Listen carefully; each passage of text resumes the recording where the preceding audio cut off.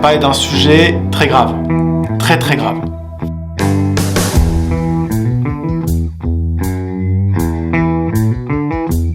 On va parler de la question environnementale aux États-Unis.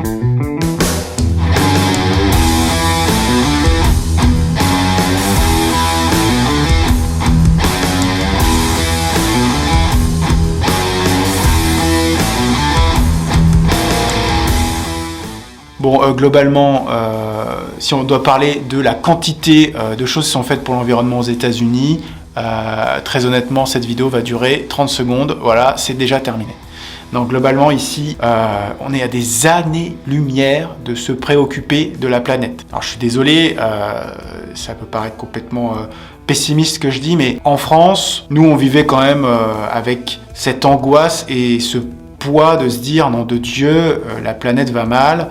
Il faut vraiment qu'on fasse quelque chose pour limiter notre impact sur les émissions de CO2, sur la faune, sur la flore, enfin tout ce qu'on nous dit, qu'on nous répète avec raison. Quand on voit le poids des partis écologistes dans notre politique, enfin, je veux dire, il y a vraiment quelque chose de très très très important en France et en Europe. Développer les transports durables, on n'en fait jamais assez, et même si on prend son vélo, c'est un vélo électrique, tu fais pas assez, c'est pas assez bien, pourquoi t'achètes ça, mais en fait il faudrait que tu ailles au supermarché, que tu prennes aucun emballage, tu ramènes à chaque fois tes trucs, voilà, donc en fait on est complètement dans un stress total et permanent de qu'est-ce qu'on doit faire au mieux pour la planète. Et nous, on était un peu là-dedans. C'est vrai qu'on était un peu en mode zéro déchet, alors pas 0-0, hein, pas non plus avec 2 enfants de moins de 3 ans. Honnêtement, le zéro déchet, c'est complètement illusoire. Voilà, moi d'habiter dans un tipi en Ardèche. Mais globalement, voilà, on a essayé de faire attention à faire nos produits ménagers, acheter local, essayer de faire du compost. Même si on était en appartement, on avait du compost en bas. Utiliser un maximum le vélo, limiter nos déplacements en voiture, faire notre papier cellophane maison là, avec de la cire d'abeille, voilà. Enfin, tout ça, on a vraiment voulu le faire au mieux en France. Et ben quand on arrive ici, et ben en fait on se dit mais pourquoi on a fait tout ça? Pour nous, oui, parce qu'on trouve ça cool, mais ici, il n'y a rien du tout. Honnêtement, il y a très peu de choses qui sont faites pour la planète. Quand je dis très peu de choses, c'est même rien, quoi. Enfin, très honnêtement, tout le monde prend sa bagnole. La voiture, c'est le moyen de transport. Donc en fait, tout est fait pour la voiture. Les routes sont larges, les places de parking, tout est fait pour la voiture. L'essence est vraiment ridiculement pas chère. Alors ici, ils trouvent ça cher parce qu'avant, ils payaient $1 les 4 litres. Là, ils payent $2, donc c'est vrai que ça a doublé, quoi. Mais très honnêtement, c'est pas cher. Faites le plein pour $20. Effectivement, vous n'avez pas envie de vous prendre la tête à prendre autre chose que votre voiture. Tout est fait avec des drives pour que vous sortiez jamais de votre voiture. Les gens mangent dans leur voiture, les gens coupent pas le contact. Enfin, moi, je continue à aller au boulot en vélo. C'est sympa. J'ai une piste cyclable quand même. Alors, je peux pas dire qu'il y a rien du tout, hein. Il y a des pistes cyclables. Ils essayent d'aménager des voies pour les transports doux, on va dire, hein. Les gens qui courent, les gens qui marchent, les gens qui font du vélo.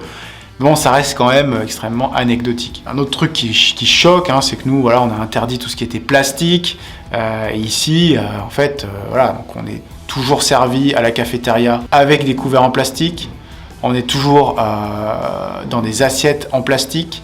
Et tout ça part à la poubelle. Il n'y a absolument rien qui est lavé dans des lave-vaisselle. Je veux dire, c'est vraiment tout du jetable. Il y a évidemment encore partout des pailles en plastique jetables qu'on peut évidemment donner directement aux tortues.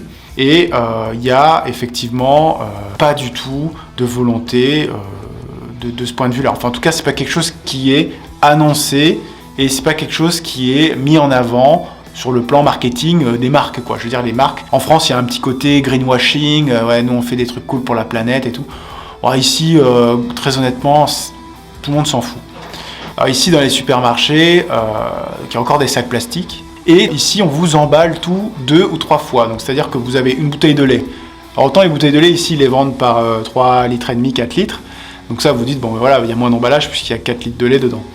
Mais cette bouteille de lait, ils vont vous la mettre dans un sac plastique. Ce sac plastique, pour être sûr qu'il ne soit pas trop fragile, on le remet dans un deuxième sac plastique. Donc, vous avez une bouteille de lait que vous pouvez prendre, hein, parce qu'il y a une poignée qui est mise dans 2 sacs plastiques, et vous imaginez ça sur toutes vos courses. C'est ultra choquant quand on arrive de la France et qu'on était dans une démarche hyper écologique. C'est un petit peu déprimant parce qu'on se dit mais en fait à quoi ça sert tout ce qu'on fait si la première puissance mondiale ne fait aucun effort pour réduire tout ça, quoi. Alors je sais pas, peut-être qu'il y a des endroits aux États-Unis où c'est très différent, peut-être que dans les très grandes villes, c'est quelque chose qui est beaucoup plus au premier plan, mais les États-Unis c'est aussi énormément de villes moyennes et de petites villes, et j'ai vraiment pas l'impression que dans ces endroits-là, il y ait une vraie volonté d'aller vers l'écologie.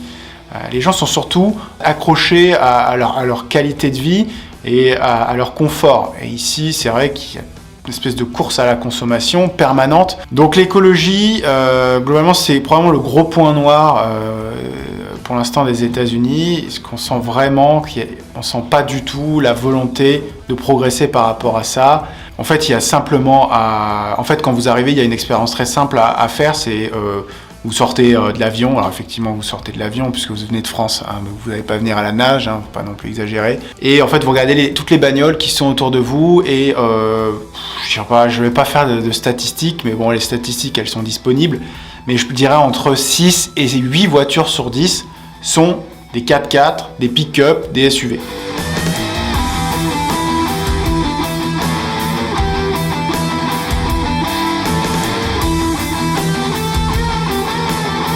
Alors nous on a acheté un 4x4 SUV V6 20 litres au 100 s'il vous plaît. Oui, alors vous allez me dire c'est bien beau de nous faire la leçon, mais alors la première chose que tu as fait c'est d'acheter une voiture de beauf.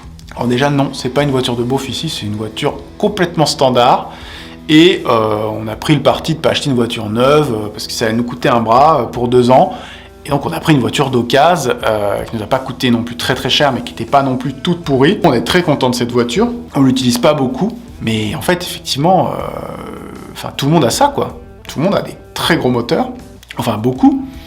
Et les gens ont des voitures complètement hallucinantes. Alors franchement, honnêtement, c'est assez stylé.